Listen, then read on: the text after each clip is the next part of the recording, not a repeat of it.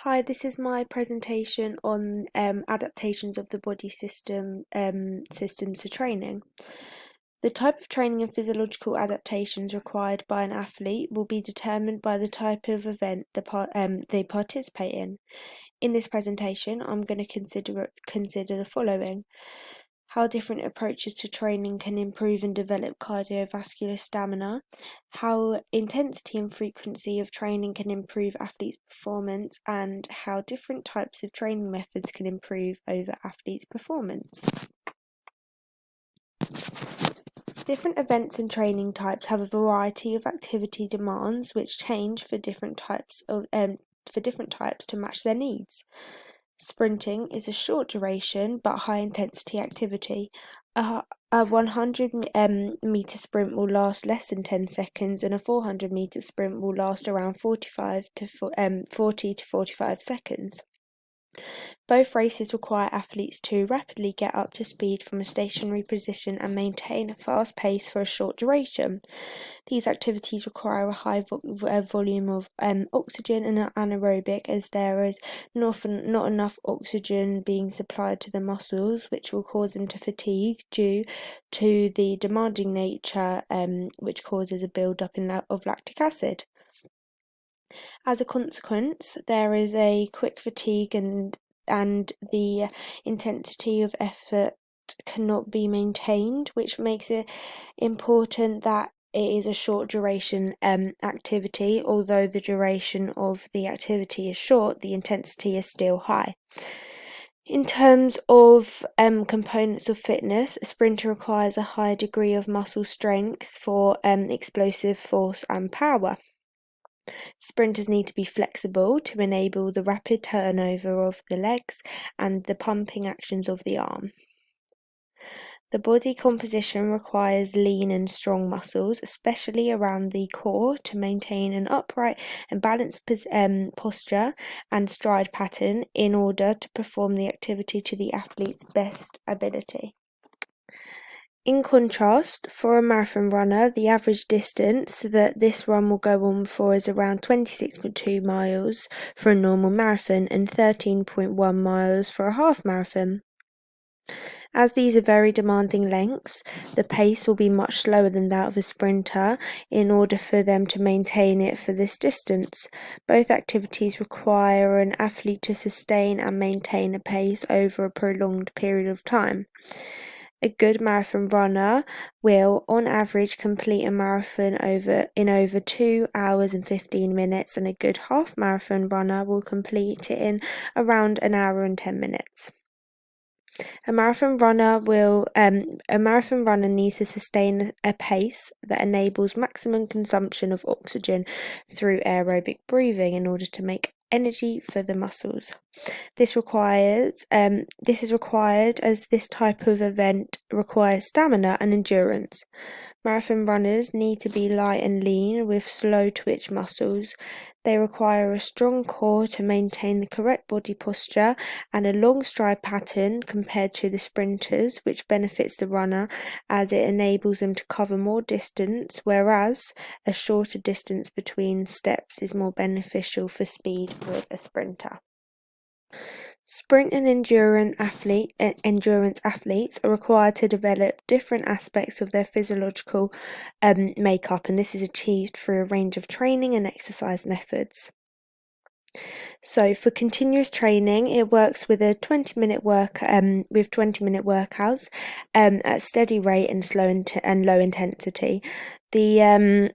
It targets a specific heart rate of between 60 and 80% of maximum heart rate, and it mixes up training through activities such as running, cycling, and swimming.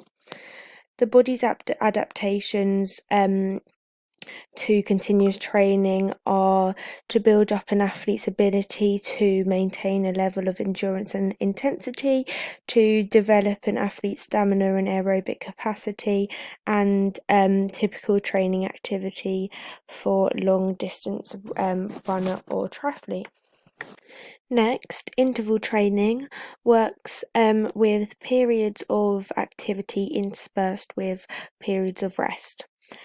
An example for a sprinter might be around 600-meter lengths at a sustained pace for 12 seconds, followed by a 2-minute rest before repeating again. An example for a longer distance runner might be a 800-meter run at 80% of maximum heart rate with a slow 200-meter jog, then repeating again. The body's adaptation to interval training is that it develops an athlete's muscular strength, fast twitch muscles for sprinters, and slow twitch muscles for endurance athletes. It develops athletes' aerobic and anaerobic capacity and ability to deal with oxygen intake levels, and it develops an athlete's muscular strength and ability to sustain levels of pace and endurance. Circuit training works through it's a type of training which is done as a circuit. Basically, it involves setting up a series of stations, which is usually can just range between like 6 and 10 stations, and each one focuses on developing a particular muscle group, which might be sit-ups, lunges, burpees, or press-ups.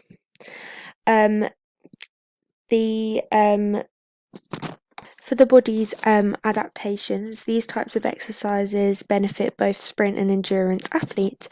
They can be designed to specifically focus on the athlete's physiological requirements, and these types of activities develop muscle strength, flexibility, cardiovascular stamina, and endurance. Weight training is a type of activity which develops muscular endurance and strength. It is particularly effective for sprinters requiring explosive power. For sprinters, it might involve heavier weights with lower repetitions, and for an endurance athlete, it might be lighter weights but higher repetitions. The body's adaptation to weight training in sprint athletes, it develops strength and power required for explosive and sustained motion to move them quickly. In endurance athletes, it develops muscle groups that promote and develop stamina and endurance. Plyometric training is a particular type of training method used by sprinters. It is a high-intensity exercise that involves explosive movement. Typically, the activities would include hopping, skipping, and jumping exercises. It works the muscle groups like an elastic band, stretching and shortening the muscles, and it develops the explosive powers required for sprinters. Now for HIIT, which stands for high intensity interval training. It is a type of exercise which involves short bursts of intense exercise with recovery in between. The benefit of this exercise is that it provides the same benefits of long duration training but in a much shorter period of time, and the intensity is high and works the heart rate at 80 to 95% of its maximum. The HIIT develops muscular power and endurance. It develops core stability and posture. It also develops the body's cardiovascular stamina and the body's ability to become more flexible through a range of exercises and movements. Now we're moving on to fit and aerobic and anaerobic training.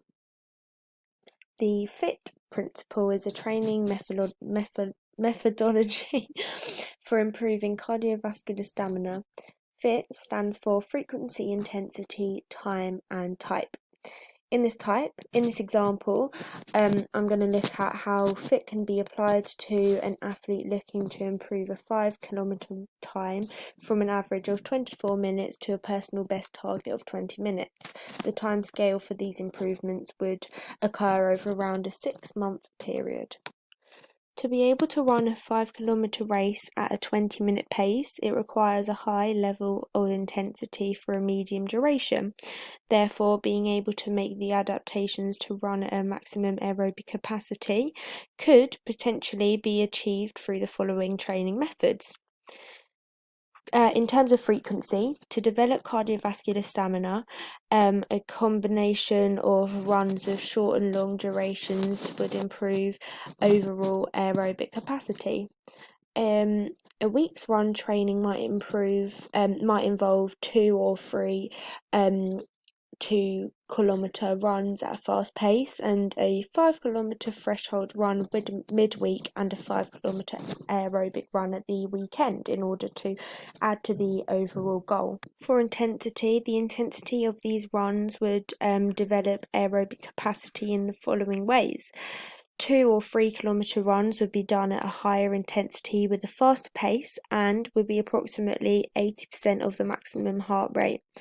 A 5 kilometre threshold run would be done at approximately 70 to 80% of the maximum heart rate, and the 10 kilometre run would be done at an aerobic pace and the heart rate effort between around 50 to 70%. As the training progresses through the months, the intensity of these runs would increase and the effort involved would improve the aerobic capacity. An example of how this would be achieved might be through introducing threshold pace during the 10 kilometre run. This might involve a 5-minute threshold pace followed by a 10-minute aerobic and then repeat. In terms of time, to progress towards the target goal of 20 minutes, the athlete will be looking to make incremental improvements in time for the different lengths of the run in order to get to the goal. For example, the 2 or 3 kilometre run might start out as around 16 to 18 minutes. That would reduce in time by 30 seconds every month, therefore decreasing the time, which is what we want.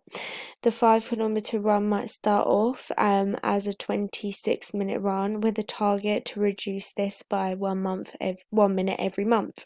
The 10 kilometre run might start off as a 46-minute run and again aim to reduce this by 1 minute by the end of each month. A mixture of training types would be more effective in developing cardiovascular stamina and strength rather than just running. A combination of continuous training, interval training, and some lightweight training would be effective for developing aerobic fitness and physiological adaptations. So therefore, when all of these are applied, the goal should be obtained, and therefore you'll be able to run a 5 kilometre run in a shorter amount of time, preferably around 20 minutes. The 5k run is an example of an aerobic exercise, and now we're moving on to fit for 200-metre sprint race, which is anaerobic training. To be able to run a 200-metre race at a time of less than 22 minutes, it requires a high level of intensity for a low duration. Therefore, being able to make the adaptations to run at a maximum anaerobic capacity could potentially be achieved through the following training methods. To develop cardiovascular stamina and explosive power and strength, a combination of short duration and high intensity runs with additional training techniques will promote the physiological adaptations. To maximize improvements, this program will be followed over around a 6-week period where you would hope to obtain the goal. Due to the intensity of the training, a period of rest would be put in between sessions. This might involve a track session focused on running drills and techniques followed by a day. Mixed methods of training would be more effective. In terms of intensity, the intensity of these workouts would be high in order to promote anaerobic adaptations. This would involve activities or exercises conducted at 80% or more of maximum heart rate.